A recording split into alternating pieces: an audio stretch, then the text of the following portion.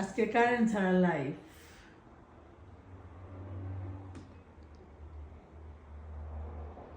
সবটা এলোমেলো।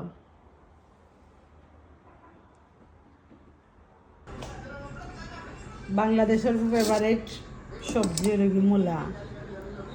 তো আজকে আমরা মূলারে দামি করা লাগে গরুর মাংস দিয়ে ট্রাই করলাম। আসসালামু আলাইকুম।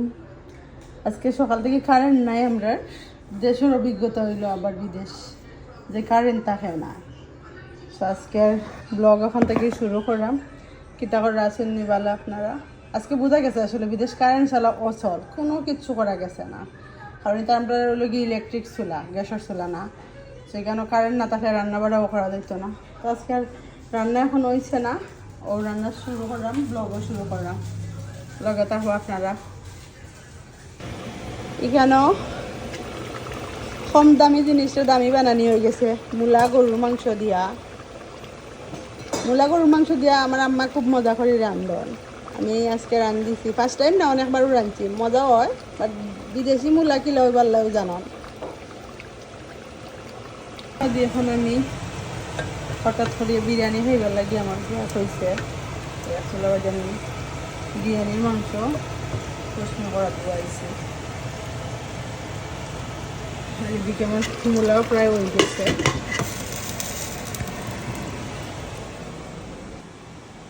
ডিম বোনা করি, একটা দিনও খাই না।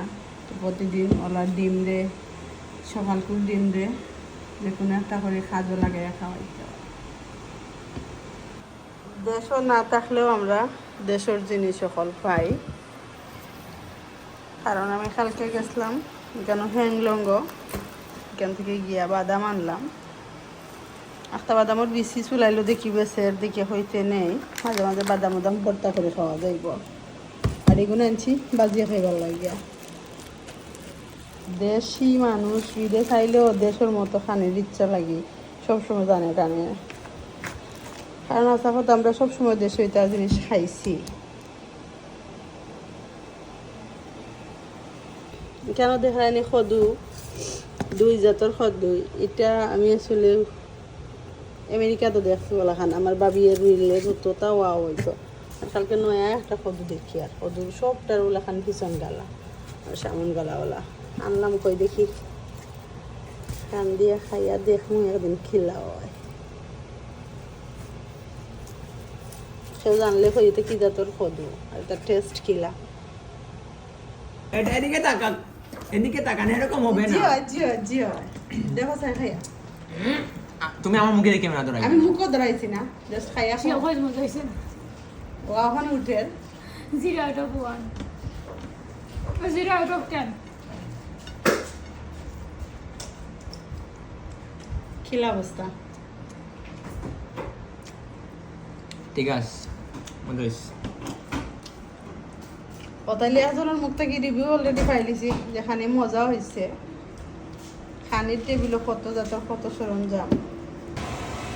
বাদামি জ্বলে গেছে দেখি, বইয়া খালি বিরিয়ানি ডুলানিত লাগছি।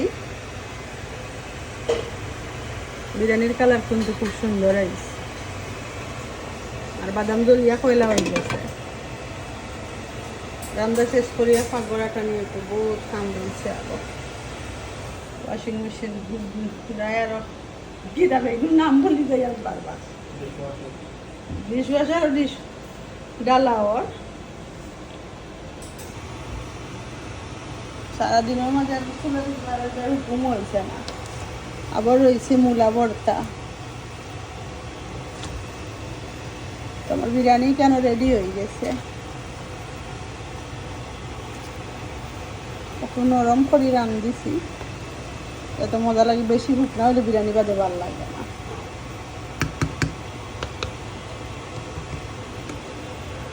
কালারটা খুব সুন্দর হয়েছে, স্মেলটাও।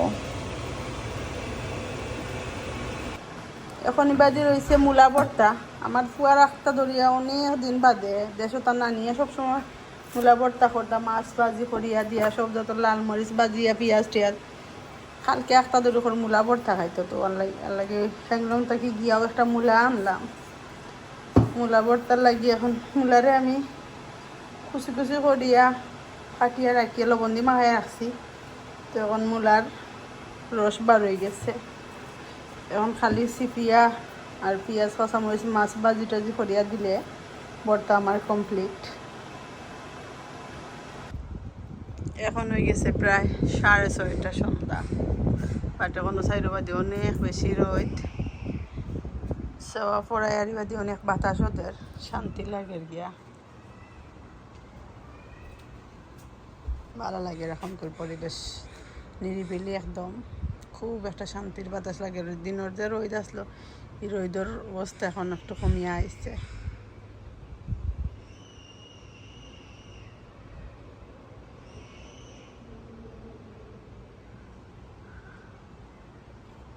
সামারের এই টাইমে সব মানুষও বাড়া ফাঁকানির যায়, বাট বাড়া গিয়ে হারলে এই গরমের মাঝে আমার ঠান্ডা লাগে যায় পট করে গামতে গামতে।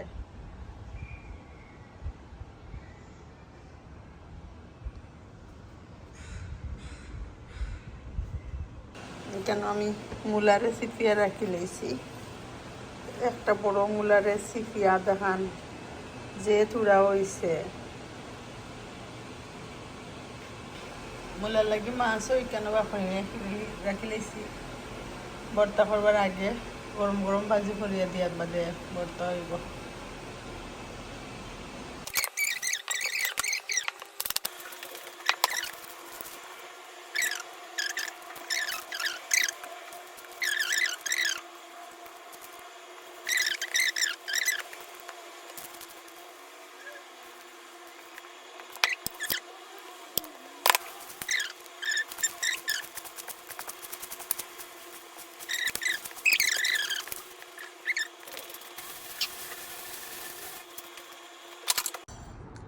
রাত বাজে 8:30, এখনো পুরা দিন, এটা কেনাডা তো সম্ভব। 8:30 সময় এখনো আবার রোদ রয়েছে।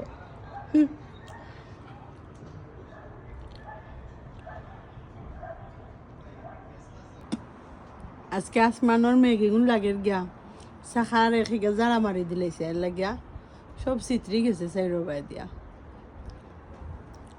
9টা আবো বাজছে না, রাইট 5 মিনিট আছে মনে হয়, রাইট 9টা বাজার ব্যাংকোপার, বাট এখনো সূর্যর আলো আস। এই সাইডে তো বিল্ডিংও লাগি রোদ দেখা যায় না, বাট অন্য সাইডে এখনো কড়া রোদ আছে। সন্ধ্যার টাইম এখন চা খাইতে মন চান না, লাগে আম আর রামবুটান খাইলাম।